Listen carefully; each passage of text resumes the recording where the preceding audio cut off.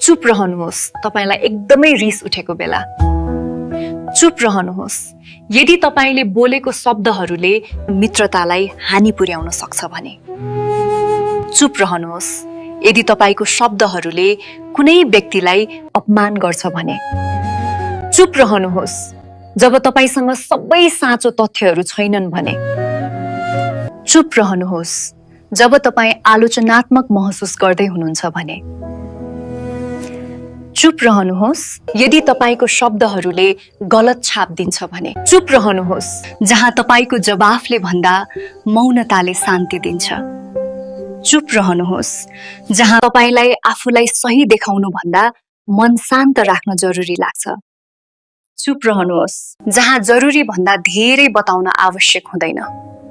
चुप रहनुहोस् जहाँ तपाईको भ्यालु हुँदैन। याद राख्नुहोस् अर्थहीन शब्दहरू भन्दा अर्थपूर्ण मौनता सधैँ उत्तम हुन्छ।